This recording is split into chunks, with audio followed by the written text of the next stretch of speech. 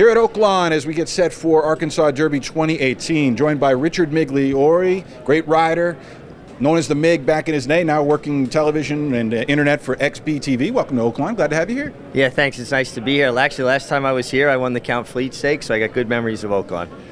We're looking ahead to a very interesting renewal of the Arkansas Derby.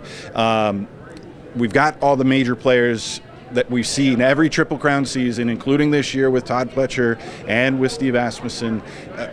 Sort of give me a state of the Triple Crown chase as we get to this last 3 weeks. Well, I think, it's obvious that Magnum Moon is the favorite, the horse to beat. He's already won the Rebel here. He's shown a fondness for the surface. He looks great training here in the mornings. He's an undefeated colt, lightly raced, but it seems like that's the trend. Horses are being more lightly raced into the Kentucky Derby. But he's a big, scopy kind of colt that looks like he'll get the 1.25 miles. We don't know until they actually do it. But he looks terrific. Solomini is a very interesting horse from the Bob Baffert barn.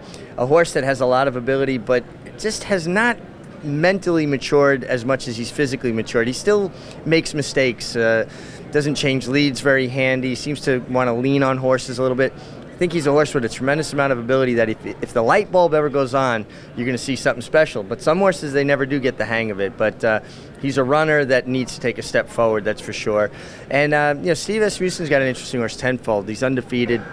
Was very, very impressive in his debut, and then he was more workmanlike in his second race. He's a son of Carlin. Well, Steve trained Carlin. He knows his way around them, and he's a horse that I'm very interested in because I saw that brilliance in his first start, and maybe he just regressed a little in his second start. But if he can take another step forward, another interesting horse. I think this is a tremendous horse race. You've got a horse with only 3 starts in Magnum Moon and didn't race as a 2-year-old, so he's looking at one of the last big jinxes when it gets to the Kentucky Derby. Sure. So does he have to do anything beyond winning impressively as he goes into this race?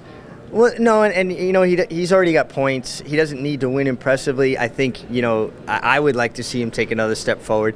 And the thing about him, too, is he's a horse that's tactical. He kind of creates his own trip. He's fast enough to get position, but he's not forced into the race if they go too quick. That's a great Arkansas Derby profile and Derby profile. Oh, absolutely. Especially you're talking about bigger fields and very accomplished or very good horses you're racing against. I'm an old school guy, and I think the 2-year-old jinx has played out for as long as it has since Apollo because horses need foundation. Particularly when you talk about going 1.25 miles the first Saturday in May. But in a day and age when horses are making 4 or 5 starts a year as opposed to 10 or 12 starts a year, maybe that's just the way it's going to be. And eventually that trend, that jinx will be broken, I should say.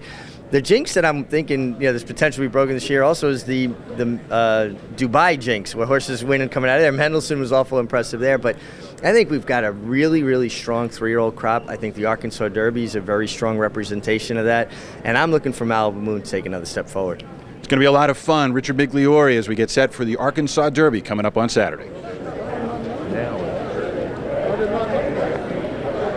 What happened is, the first time they get over 12.